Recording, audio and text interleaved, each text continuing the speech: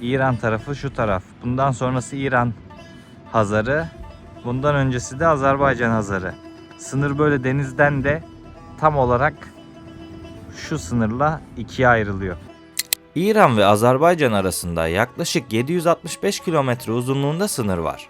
Sovyetlerin dağılmasından sonra belirlenen bu sınırlar nedeniyle 1992'den bu yana iki ülke arasındaki diplomatik ilişkiler başlamış oldu. Aslında bu ilişkiler çok daha eski zamanlara dayanıyor. İşte bu videoda iki ülke arasındaki derin tarihi detaylı bir şekilde anlatmak istiyorum. Bu nedenle Azerbaycan'ın en güneyinde bulunan Astara şehrine geldim. Astara'dan sonra Azerbaycan toprakları bitiyor fakat Güney Azerbaycan sınırları başlıyor. Peki nedir bu Güney Azerbaycan? Azerbaycanlıların %70'i neden İran'da yaşıyor? Bu soruların cevapları için kilometrelerce yol kat ettim. Emeklerimin karşılığı için videoyu beğenebilir ve 1 milyon yolunda kanala abone olabilirsin. Tam sıfır noktasındayım ve arkamda görmüş olduğunuz çitlerin ardı İran sınırı. Elbette bu sınırın ardında bir asker kontrolü oluyor. Ondan sonra İran'a ulaşıyorsunuz. Sınırın arkasında kalan bölüm Azerbaycanlılar tarafından Güney Azerbaycan olarak biliniyor arkadaşlar. Güney Azerbaycan'ı şöyle özetlemek gerekir ki ortalama olarak Azerbaycan topraklarından 2 kat daha büyük ve 2 kat daha fazla nüfusa sahip. Kimilerine göre 30 milyona kadar orada Azerbaycan Türk'ü yaşıyor. Bunu da söyleyebilirim. Zaten döneminin eski Dışişleri Bakanı da İran'ın yaklaşık %40'ı Türkçe biliyor şeklinde açıklama yapmıştı. Bunları videonun ilerleyen kısımlarında zaten detaylıca anlatırım. Sizi bu bilgilere boğmak istemiyorum şu anda. Gönül isterdi ki İran'a geçip Güney Azerbaycan'ı size daha yakından anlatayım. Fakat sınırlar kapalı olduğu için maalesef arkaya geçemiyorum. Bunun yerine size Güney Azerbaycan'a en yakın noktadan, Azerbaycan'ın en güneyinden sizi tarihiyle buluşturmak istiyorum. Elimden geleni yapacağım, umarım videoyu beğenirsiniz. Bu durumu size bir de harita üzerinde anlatayım. Burası yaklaşık 11 milyon nüfusa sahip olan Azerbaycan. Buraysa İran. İran'ın Azerbaycan'la sınır paylaştığı bu topraklarda Azerbaycan nüfusunun neredeyse 2 katından daha fazla Azerbaycan Türk'ü yaşıyor. Zaten bu nedenle Azerbaycan Türkleri İran'ın kuzeybatısını Güney Azerbaycan olarak adlandırıyor. Bu deyim sadece Azerbaycanlılar tarafından kabul gören bir ifade değil. Aynı şekilde İran devleti de bu bölgeyi Doğu ve Batı Azerbaycan olarak tanımlıyor. Biraz önce sınır tarafındaydım. O yüzden şunu da belirtmek istiyorum ki az önce göstermiş olduğum sınırın hemen ardında İran'ın en büyük Türk şehirlerinden birisi olan Tebriz ve Erdebil de bulunuyor. Ama az önce belirttiğim gibi şu anda hem Azerbaycan vatandaşlarına hem bize sınırlar kapalı. O yüzden karşıya geçemiyoruz. Ancak ve ancak karşıya geçmek isterseniz yanılmıyorsam İran tarafından bir izin olmanız lazım ya da İranlı olmanız gerekiyor. Bunu tam bilmiyorum. Yorumlarda bilginiz varsa da siz belirtebilirsiniz.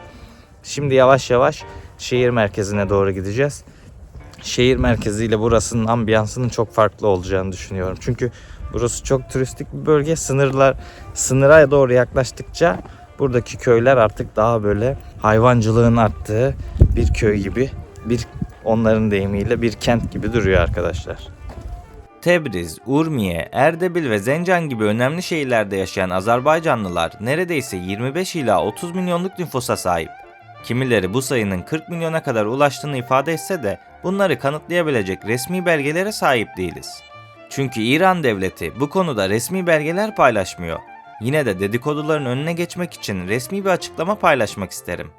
2010'ların başında Türkiye'yi ziyaret eden İran Dışişleri Bakanı Ali Ekber Salihi, İran nüfusunun %40'ı Türkçe konuşuyor şeklinde açıklama yapmıştı. Bu istatistik hiç de azımsanacak bir yüzde değil. Bu bilgiler bize İran'ın 31 eyaletinden 2 tanesinin neden Azerbaycan ismini taşıdığını açıklamış oluyor. İran devletine göre Batı ve Doğu Azerbaycan olarak adlandırılan bu coğrafya, Azerbaycan tarafında Güney Azerbaycan olarak adlandırılıyor. Ayrıca Azerbaycan Türkleri bu topraklarla ana vatanlarının birleşmiş haline bütün Azerbaycan diyor. Gerçeği söylemek gerekirse Güney Azerbaycan, ekonomik açıdan İran'ın en gelişmiş bölgelerinden birisi. Özellikle tarım, ticaret ve sanayi alanlarında önemli bir rol oynuyor.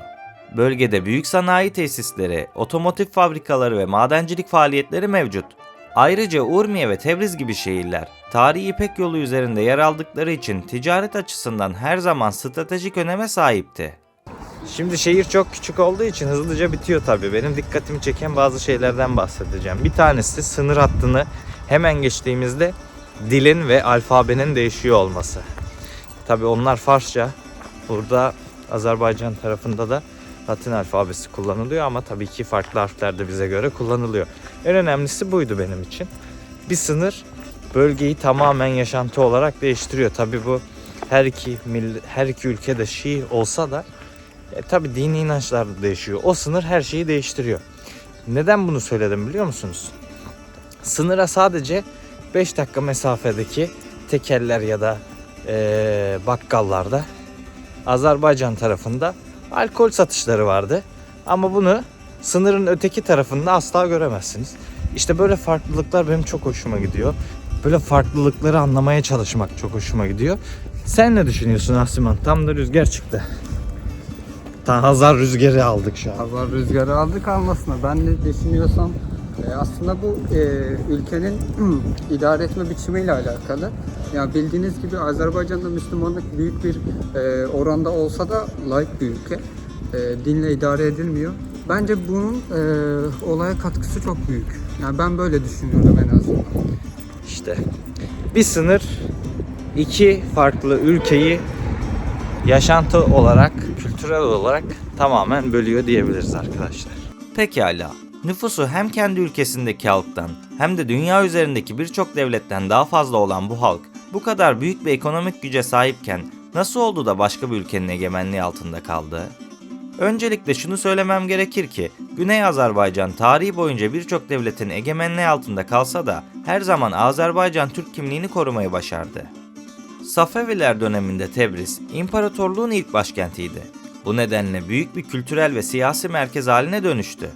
Kaçarlar döneminde de bu bölge önemini korumuş ancak 19. yüzyılda Rusya ile İran arasında yapılan anlaşmalar sonucu kuzeydeki Azerbaycan toprakları ikiye bölünmüştü. 1828'de imzalanan Türkmençay Anlaşması ile Azerbaycan'ın kuzeyi Rusya'ya, güneyi ise İran'a bırakılmış ve bugünkü sınırlar oluşmuştu. Şimdi Azerbaycan'ın en güneyinden Hazar'ı görüyorsunuz arkadaşlar. Her şey çok güzel gibi.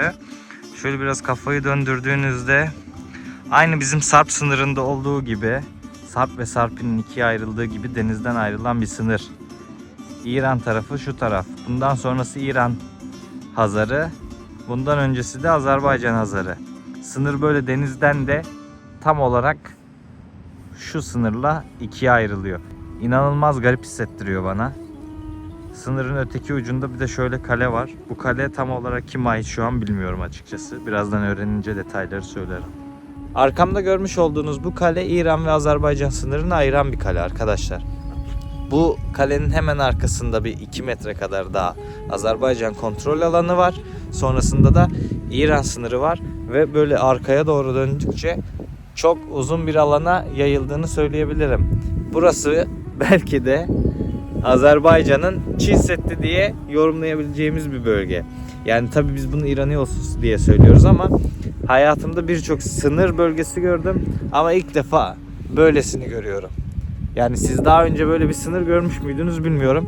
Hem çok estetik duruyor hem şehire güzel bir gösteriş ya da nasıl söylenir, şehire güzel bir intiba veriyor ve fotoğraf çekilmek için de gayet güzel bir yer. Fakat bu konuları bir sonraki Astara videosunda daha detaylı anlatacağım. Çünkü Astara, İran ve Azerbaycan arasında ikiye bölünmüş bir şehir. Bu nedenle detayları o videoya saklıyorum. O yüzden şimdi zamanı biraz ileri saralım. İran 1941'li yıllarda Birleşik Krallık ve Sovyetler Birliği'nin işgali altındaydı. Bu dönemde İran Şahı Rıza Pehlevi koltuğundan indirilmişti.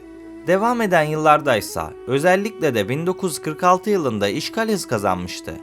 İran'ın birçok kısmı İngilizler tarafından kontrol ediliyordu. Ayrıca Kızıl Ordu da İran'ın kuzeyine ilerlemeyi sürdürüyordu. Stalin ise etki alanını yeni bağımsız devletler oluşturarak arttırmaya amaçlıyordu. 1945 yılında Mahabat Kürt Cumhuriyeti ile eş zamanlı olarak Sovyetler Birliği'nin desteğiyle Güney Azerbaycan Cumhuriyeti kuruldu. Kurulan bu ülkenin başkenti Tebriz'di. Öte yandan devletin başına Seyit Caver Pişevari getirilmişti.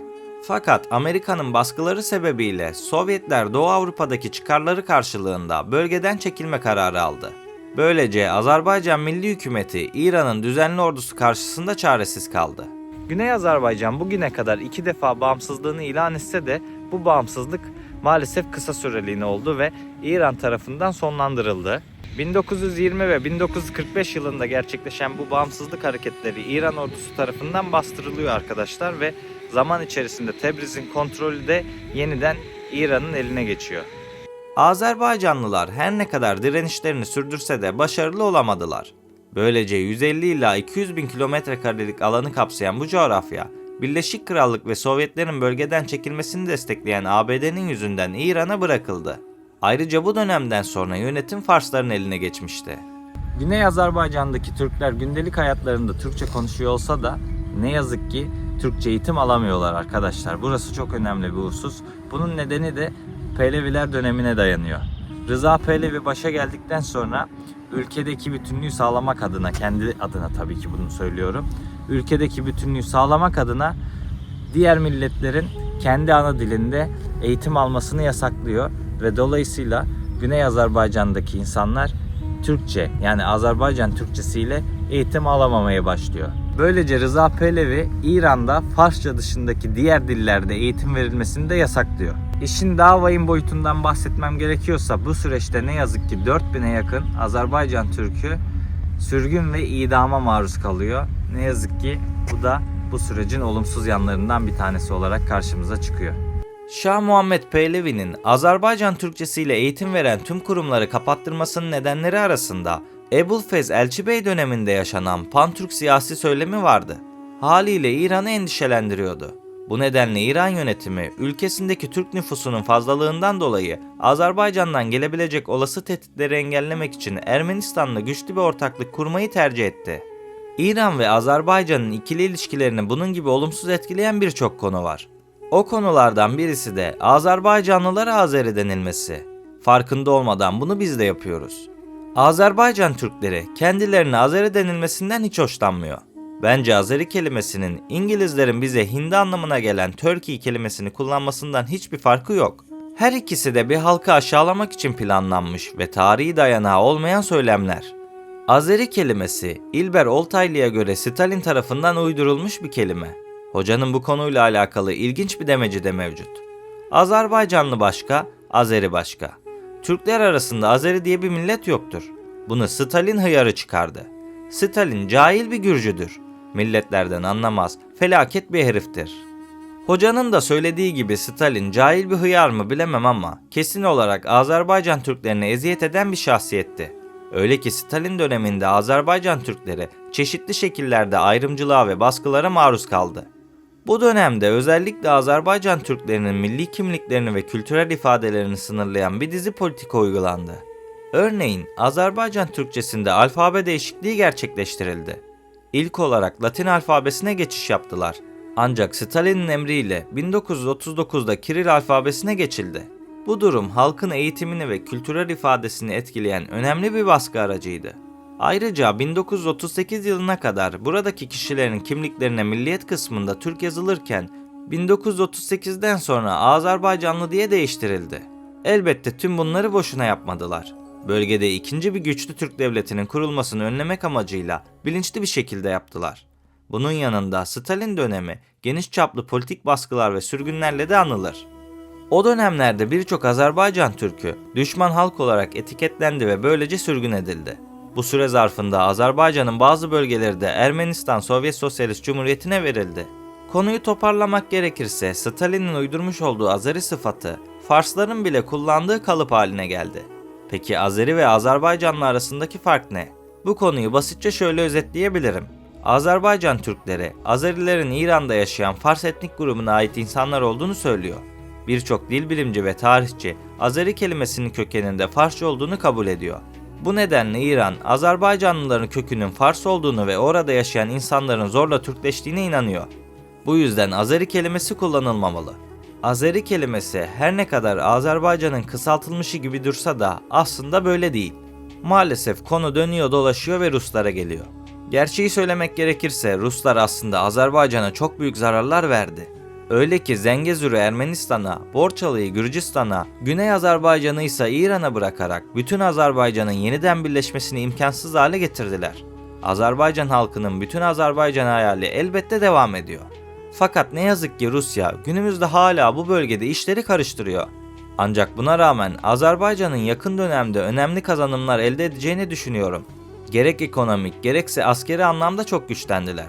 Hazar Denizi'ndeki büyük petrol ve doğalgaz rezervleri sayesinde bu alanda önemli bir oyuncu haline geldiler.